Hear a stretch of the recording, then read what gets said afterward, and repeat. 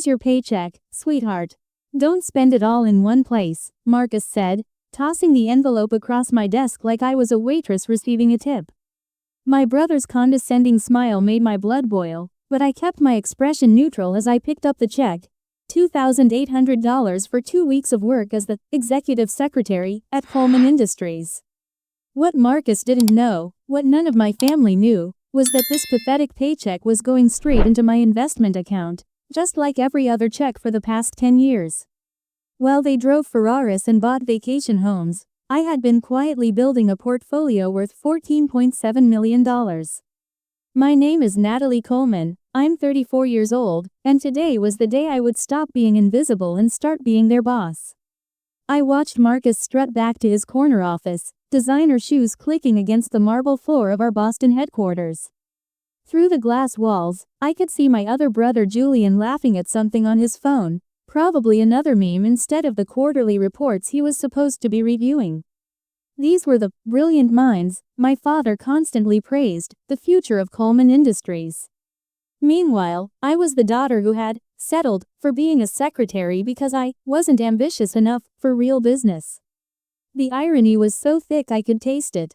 Coleman Industries had been founded by my grandfather in 1962, starting as a small construction supply company in South Boston.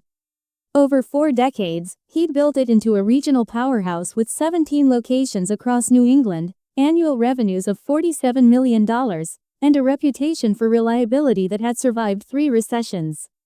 When he died 8 years ago, he'd left the company to my father, Richard Coleman, with the understanding that it would eventually pass to his grandsons. His grandsons, not his granddaughter. I'd grown up watching my brothers be groomed for leadership while I was taught to be supportive. Marcus, 5 years older than me, had been given an executive vice president title straight out of business school despite having no real experience. Julian, 3 years my senior, became chief operating officer after a brief stint at a consulting firm where he'd spent most of his time playing golf with clients. Me? I'd graduated summa cum laude from Boston University with degrees in both finance and business administration. My thesis on supply chain optimization had been published in a trade journal. I'd interned at 2 Fortune 500 companies and received job offers from both. But when I'd asked my father for a position at Coleman Industries, he'd smiled and said, "We need a good executive secretary. Someone smart who can keep the boys organized." The boys. At 24 years old, with 2 degrees and a 3.9 GPA, I'd become a secretary so I could be close to the family business I loved. But I'd also become something else. Something they never suspected. That first year, I'd made $38,000 as their secretary. I lived in a tiny studio apartment in Allston, drove a 15-year-old Honda Civic, and packed my lunch every single day. While Marcus and Julian bought expensive suits and took clients to steakhouses on the company card, I was saving 60% of my income and teaching myself about investing. I started small. Index funds, blue chip stocks, nothing fancy. But I was disciplined, methodical, and patient. Every paycheck, without fail, 60% went into my investment accounts. I read everything I could find about value investing, studied Warren Buffett and Benjamin Graham, and spent my evenings analyzing financial statements instead of going out with friends. My family thought I was just boring. They had no idea I was building an empire. The breakthrough came in year 3. I'd been researching small-cap tech companies and found a startup called Neuralink Systems that was developing AI-powered logistics software. Their technology was revolutionary, but they were hemorrhaging cash and their stock was trading at $2.30 per share. Everyone thought they'd be bankrupt within 6 months. I'd read their patents. I'd analyzed their technology. And I knew they were going to survive and thrive. I invested $15,000, everything I'd saved up to that point. My entire net worth on one company that most analysts said was doomed. 18 months later, Neuralink was acquired by Amazon for $340 million. My $15,000 investment became $487,000. That's when everything changed. Suddenly, I wasn't just saving money. I had real capital to deploy. I diversified, invested in undervalued real estate investment trusts, bought shares in promising biotechs, and even started trading options strategically. My returns averaged 23% annually, more than triple the market average. 5 years into my journey as a secretary, I crossed the $1 million mark in net worth. My brothers were still living paycheck to paycheck despite making 3 times my salary, spending everything they earned on luxury cars, expensive apartments, and vacations to Ibiza. Meanwhile, I was still driving my Honda, still living in my studio, still packing my lunch. The only difference was that I now had 7 figures in investment accounts that my family knew nothing about. But I wasn't just building wealth for myself. I was studying Coleman Industries from the inside, learning every aspect of the business while my brothers made increasingly terrible decisions. Marcus had pushed for an expensive expansion into the Connecticut market without proper market research, costing us $3.2 million and forcing us to close 3 locations. Julian had implemented a new inventory management system that actually made our logistics worse, leading to customer complaints and lost contracts. My father, instead of holding them accountable, made excuses and blamed market conditions. Meanwhile, I'd been quietly fixing their mistakes. When Marcus's Connecticut disaster threatened to breach our debt covenants, I was the one who restructured our vendor payment schedules to free up cash flow. When Julian's system crashed, I was the one who worked 70-hour weeks manually tracking inventory until we could return to the old system. When major clients threatened to leave, I was the one who crafted the retention proposals that saved those relationships. But none of that mattered to my family. Because I was just the secretary. "Natalie, can you order lunch for the executive meeting?" My father's voice crackled through the intercom. The usual from Salvatore's. "Of course, Dad," I replied, pressing the button with one hand while checking my investment portfolio with the other. $14.7 million. Up $340,000 this quarter alone. The executive meeting that afternoon was typical. My father sat at the head of the conference table with Marcus and Julian flanking him like loyal attack dogs. The other executives, all middle-aged men who'd been with the company for decades, filled the remaining seats. I sat in the corner with my laptop, taking notes that nobody would ever read. "Gentlemen, we need to discuss our financial situation," my father began, his voice heavy with concern. "Our debt load has become unsustainable, and the bank is pressuring us to improve our debt-to-equity ratio." I kept typing, my face blank, but internally I was screaming. I'd been warning about this for 2 years. I'd sent detailed memos outlining the danger of taking on too much debt to fund Marcus's expansion plans. I'd created spreadsheets showing exactly how we were overleveraging ourselves. Every memo had been ignored. "How bad is it?" asked Tom Brennan, our CFO and my father's college roommate. "We're carrying $28 million in debt against assets of $35 million, Tom replied. "Our debt-to-equity ratio is 4.7 to 1. The bank wants it below 3 to 1, or they're calling the loans." The room fell silent. Even Marcus and Julian looked worried, though I doubted they fully understood the implications. "What are our options?" my father asked. "We need to either raise $9 million in new equity or pay down the debt significantly," Tom said. "Neither option is easy. We could take on outside investors," Julian suggested. "Sell a minority stake." Marcus nodded enthusiastically. "Exactly. Bring in private equity, get an injection of capital, and maintain control." I stopped typing. This was my moment, though they didn't know it yet. "Private equity firms will want control provisions," Tom said carefully. "They won't just hand us money. And given our recent performance, we won't get favorable terms." "What about family members?" my father asked suddenly. "Could we do a rights offering to existing shareholders?" The Coleman Family Trust owned 100% of the company shares, distributed among my father, 60%, Marcus, 15%, Julian, 15%, my mother, 5%, and me, 5%. In theory, we could all contribute proportionally to raise equity. "That's possible," Tom said, "but we'd need everyone to contribute based on their shareholding. That means Richard would need to put in $5.4 million, Marcus and Julian $1.35 million each." "I don't have that kind of cash," Marcus interrupted. "Neither do I," Julian added quickly. Of course they didn't. They'd spent every dollar they'd ever earned. "What about you, Richard?" Tom asked my father. My father's face went pale. I've got maybe $400,000 in liquid assets.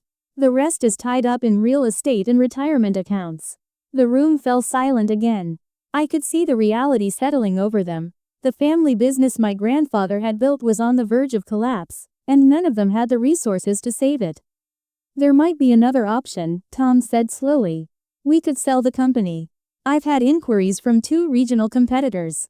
They'd pay fair market value, probably $30 minus $35 million. After paying off the debt, the family would walk away with about $7 million to split. Absolutely not, my father said firmly. This company has been in the Coleman family for 60 years. We're not selling. Then we need a miracle, Tom replied. I closed my laptop and stood up. Every head in the room turned to look at me, surprised that the secretary was about to speak. Actually, I said calmly, I have a solution. Marcus laughed. Natalie, the adults are talking. Can you just order some coffee? I'm serious, I continued, ignoring him. I can solve your equity problem. My father's expression was a mixture of confusion and pity. Sweetheart, I know you want to help, but this is complex financial stuff. We need $9 million in cash.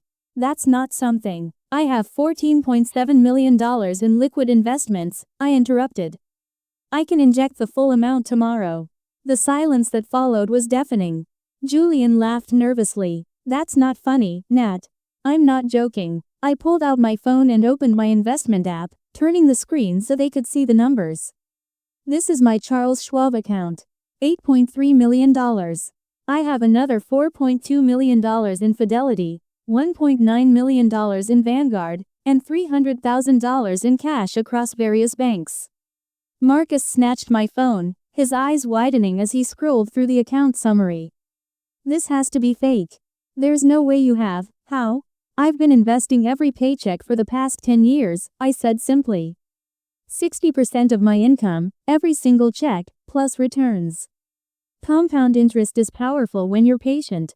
My father was staring at me like I'd grown a second head. This is impossible. You make $75,000 a year. Even if you saved every penny, you couldn't have. I started with $15,000 in Neuralink systems when it was trading at $2.30, I explained. When Amazon acquired them, my stake became $487,000. I've averaged 23% annual returns since then through strategic investing in undervalued assets. Tom Brennan was pulling up something on his laptop. Holy shit, she's not lying. I'm looking at public records. Natalie Coleman owns significant positions in 12 different publicly traded companies. The math checks out. The room erupted in chaos. Marcus was shouting something about it being his money somehow. Julian was demanding to know why I'd never told them. My father just sat there, stunned into silence. I let them yell for a minute, then raised my voice. Enough. The room went quiet. Here's my offer, I said, my voice steady. I will inject $12 million into Coleman Industries tomorrow. In exchange, I want 51% ownership of the company. What? Marcus jumped to his feet. You can't be serious. You're trying to steal the family business. I'm trying to save it, I corrected. You 3 have run it into the ground. Without my money, the bank calls your loans next week, and you lose everything. With my money, the company survives, and you keep your jobs, if you earn them. My father finally found his voice. Natalie, I understand you're upset about how we've treated you, but asking for controlling interest isn't asking, Dad, it's requiring. I looked around the room. For 10 years, I've watched you give Marcus and Julian everything while treating me like furniture. I've fixed their mistakes, saved their disasters, and kept this company running while they collected paychecks and praise. Now I have the resources to take what should have been mine from the beginning. This is extortion, Julian said. No, this is capitalism, I replied. I'm offering to buy a controlling stake in a failing business. Take it or leave it. But if you leave it, you'll be bankrupt in 2 weeks.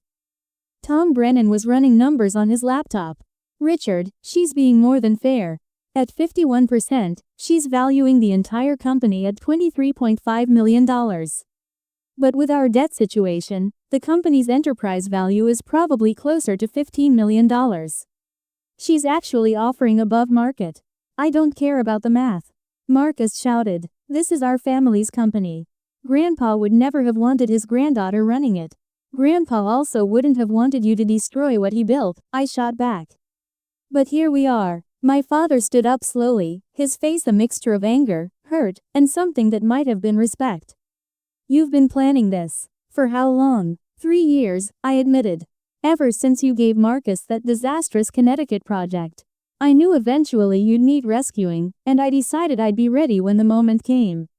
On my terms. You manipulated us, Julian accused. I prepared myself, I corrected. There's a difference. I didn't cause your bad decisions. I just made sure I'd be in position to benefit when they caught up with you. The meeting broke up without a resolution, but I knew I'd won. They had no other options, no other source of capital, no way out except through me. That night, my father called me to his home office in the family's Beacon Hill townhouse. He looked older than I'd ever seen him, exhausted by the weight of watching his legacy crumble. Your mother doesn't know I'm talking to you, he said quietly. She's furious about what happened today. I imagine Marcus and Julian are too, I replied. He nodded. They want me to refuse your offer. Find another way. There is no other way, Dad. I know. He poured himself 2 fingers of scotch, something I'd rarely seen him do. I failed you, didn't I? The question caught me off guard. What? As a father, I failed you. You were just as smart as your brothers, just as capable, but I couldn't see past my own assumptions about who should run a business. He took a long drink. Your mother tried to tell me, years ago, that I was making a mistake. That you were special, but I didn't listen. I felt something crack in my chest. A wall I'd built brick by brick over 10 years of being invisible. I forgive you, I said softly. But I'm not backing down. I wouldn't expect you to. He smiled sadly. You're more like your grandfather than any of us realized. He would have done exactly what you're doing. Then you'll accept my offer? He was quiet for a long moment. On one condition. Marcus and Julian keep their titles and positions. They report to you, but they stay employed. They're still my sons, and they need to learn how to do this right. I considered it. Part of me wanted to fire them both immediately, to make them feel the helplessness I'd felt for years. But that wasn't who I was. They can stay, I agreed. But they work for their salaries. No more free rides. No more taking credit for other people's work. They perform or they're gone. Fair enough. He extended his hand. Welcome to the family business, Natalie. Properly, this time. I shook his hand, sealing the deal that would transform me from secretary to CEO in less than 24 hours. The formal paperwork took a week. My attorney, a Harvard Law graduate I'd hired 6 months ago in anticipation of this moment, ensured everything was airtight. I transferred $12 million to Coleman Industries in exchange for newly issued shares that gave me 51% ownership. The debt was restructured, the bank was satisfied, and the company was saved. My brothers didn't speak to me for the first month. Marcus cleaned out his office and submitted a resignation letter, but I rejected it and told him to get back to work. Julian tried to undermine me in meetings with longtime employees, but they'd all watched me hold the company together for years and their loyalty was to competence, not genetics. My mother called me exactly once, to say she was disappointed in me for destroying the family. I told her the family had destroyed itself long before I stepped in to save it. But slowly, grudgingly, things began to change. I implemented the operational improvements I'd been designing for years. We streamlined inventory management, renegotiated supplier contracts, and cut unnecessary overhead. Within 6 months, our profit margins improved by 4.7%. Within a year, we paid down another $3 million in debt and opened 2 new locations in previously underserved markets. Marcus, stripped of his automatic authority, actually started learning the business. Without the ability to coast on the family name, he discovered he was actually quite good at client relations when he bothered to try. Julian found his niche in logistics optimization. It turned out his failed system hadn't been entirely wrong, just poorly implemented. My father retired officially at 68, passing the CEO title to me in a small ceremony attended by company leadership. In his speech, he publicly acknowledged that he'd been wrong about my abilities and praised my rescue of Coleman Industries. My daughter saved our family legacy, he said, his voice thick with emotion. And she did it without asking for recognition, without demanding credit, without any of us noticing how extraordinary she was. That's not just smart business. That's character. 5 years after taking control, Coleman Industries had 29 locations, $73 million in annual revenue, and was completely debt-free. My initial $12 million investment was now worth $31 million on paper. More importantly, we'd created 340 new jobs and become known as one of the best employers in New England. Marcus eventually became president of operations, reporting directly to me. He'd learned humility the hard way and was genuinely good at his job once he stopped trying to prove he was smarter than everyone else. Julian served as COO and never missed an opportunity to tell people his sister was a genius. My mother finally called to apologize 3 years after the takeover. I was wrong, she said simply. About everything. I'm sorry it took me so long to see it. The real vindication, though, came from an unexpected source. At a family dinner 7 years after I'd taken over the company, my father stood to make a toast. To Natalie, he said, raising his glass. Who taught us that the quietest person in the room is often the smartest? Who proved that patience and preparation beat arrogance and assumption every single time? And who saved the Coleman family legacy not because we deserved it, but because she loved what my father built enough to fight for it? The table erupted in applause. Even Marcus and Julian were clapping, genuine smiles on their faces.